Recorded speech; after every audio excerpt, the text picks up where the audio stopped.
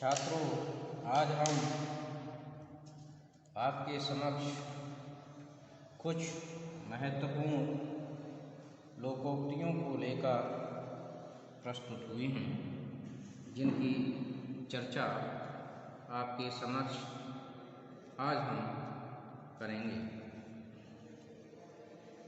तो सबसे पहली लोकोक्ति है, नीचे की सांस नीचे और ऊपर की सांस ऊपर। इसका अर्थ होता है डर के कारण घबरा जाना। पुलिस को देखते ही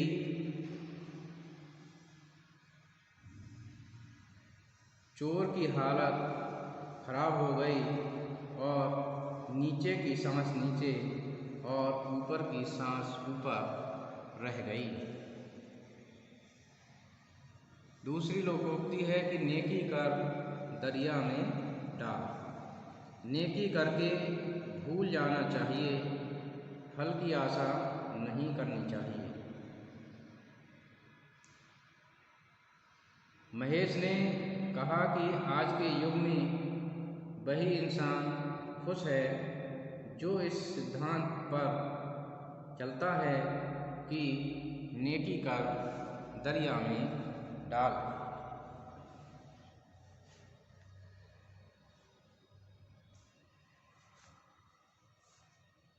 अगली लोकोक्ति है कि नीम न होए मीठा सींचो गुड़ घी से।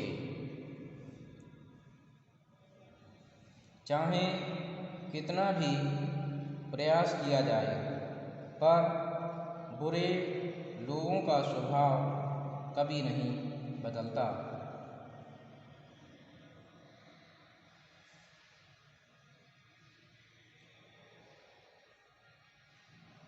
उसके पिताजी ने प्यार दुलार से बहुत कोशिश की कि वह अपनी बुरी आदतों को छोड़ दे, उनमें सुधार कर ले, लेकिन उसका स्वभाव बिल्कुल नहीं बदला।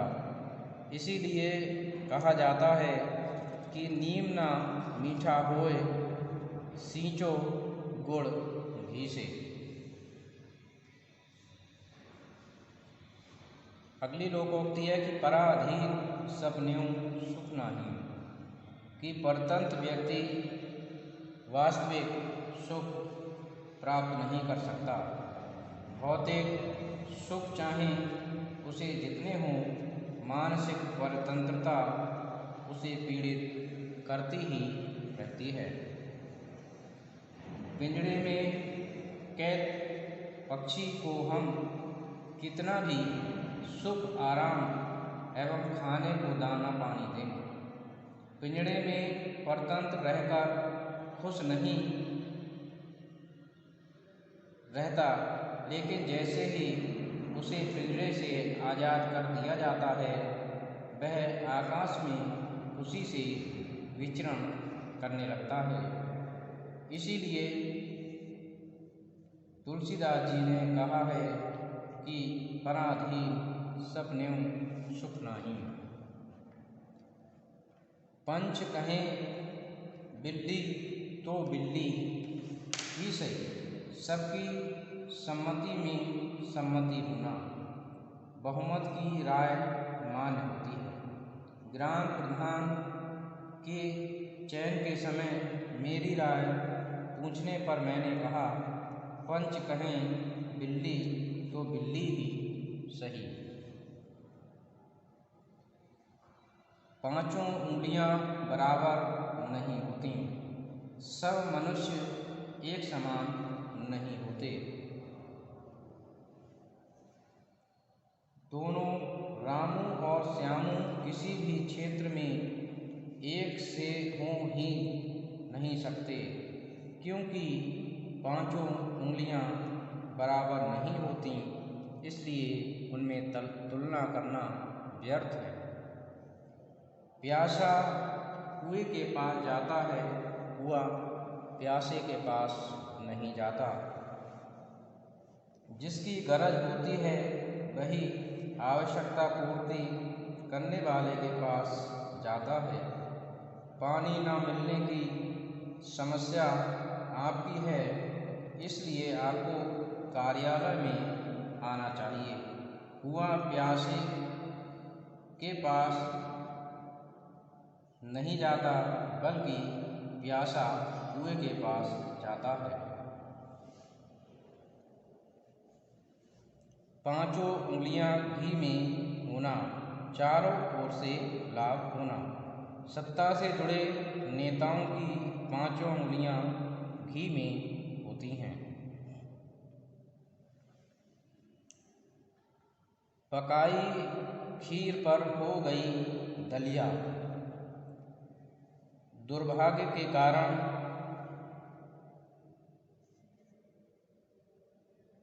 इच्छित वस्तु न बन पाना। परीक्षा की भरपूर तैयारी करने के बावजूद सफलता न मिल पाना, पकाई खीर पर हो गई दलिया जैसी कहावत को सिद्ध करती है। अगली लोकोक्ति है कि पढ़े हैं पर गुने नहीं, लिख पढ़कर ही अनुभवहीन होना। पुस्तक लेखन के कार्य में आपकी योग्यता पढ़े तो हैं, गुने नहीं के समान ठहरती है।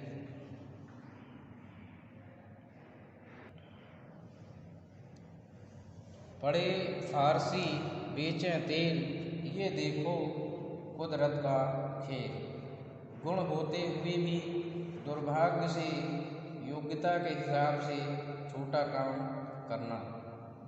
योग्यता एवं काफ़ी पढ़े लिखे होने के बावजूद रमेश चंद्र को भाग ने मैकेनिक के पद पर काम करने को मजबूर करके पढ़ें फारसी बेचें तेल, ये देखो कुदरत का खेल वाली कहावत को सिद्ध कर दिया है। पत्थर मोम नहीं होता, निर्दयी व्यक्ति में दया नहीं होती है। कुख्यात आतंकवादियों का हाल पत्थर मोम नहीं होता के समान होता है। पराये धन पर लक्ष्मी नारायण, दूसरे के पैसे पर गुलछर्रे उड़ाना। विजय कुमार ने अपने जीजा किशन महाजन के यहाँ रहकर खूब गुलछर्रे उड़ाए और पराये धन पर लक्ष्मी नारायण वाली कहावत को चरितार्थ कर दिखाया। पहले तोलो फिर बोलो, सोच समझकर बोलना चाहिए। साहब से आपको बिना सोचे समझे उलझना नहीं चाहिए था। कहा गया है कि पहले तोलो फिर बोलो।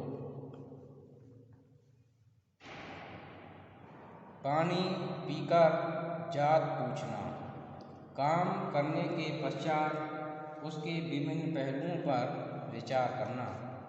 कोई भी काम करने के पहले उसके विभिन्न पहलुओं को ठोक बजाकर सोच लेना चाहिए, क्योंकि काम शुरू करके उसके नफ़ा नुकसान को सोचना पानी पीकर जात पूछने के समान होता है। पानी मथने से घी नहीं निकलता, व्यर्थ की बहस से कोई लाभ नहीं होता। इस विषय में आज सबकी निष्क्रियता देखकर मैं अपनी वाणी को यहीं विराम दे रहा हूँ, क्योंकि पानी मथने से घी नहीं निकलता है। पाप का घड़ा भरकर डूबता है। जब पाप बहुत बढ़ जाता है तब विनाश निश्चित होता है। रावण के अत्याचार से जब उसका पाप का घड़ा भर गया तो उसका तथा उसके संपूर्ण परिवार का नाश हो गया। सच ही कहा है, पाप का घड़ा भरकर डूबता है। पूत सपूत तो काधन संचय और पूत कपूत तो काधन संचय। संतान के भविष्य को सोचकर धन संचय ठीक नहीं होता है। अधिकतर लोग अपनी संतानों के लिए धन संपत्ति जोड़ने में विश्वास नहीं करते, क्योंकि पूत सपूत तो काधन संचय और पूत कपूत तो काधन संचय। उसके बाद अगली लोकोक्ति है, पूत के पांव पालने में ही पहचाने जाते हैं। वर्तमान से भविष्य के लक्षणों का आकलन किया जा सकता है। पूत के पांव पालने में पहचाने जाते हैं। कहावत कृष्ण की बाल लीलाओं में चरितार्थ होता है। अगली लोकोक्ति है कि फलेगा सो झड़ेगा, उन्नति के पश्चात अवनति अवश्य भावी है। कि राजेश खन्ना अपने समय के सुपरस्टार रहे। पराकाष्ठा पर पहुंचने पर हर चीज की अवनति अवश्य होती है, इसीलिए कहा जाता है कि फलेगा सो झड़ेगा। तो मैं समझता हूँ छात्रों, आपने इन लोकोक्तियों को जाना होगा। धन्यवाद।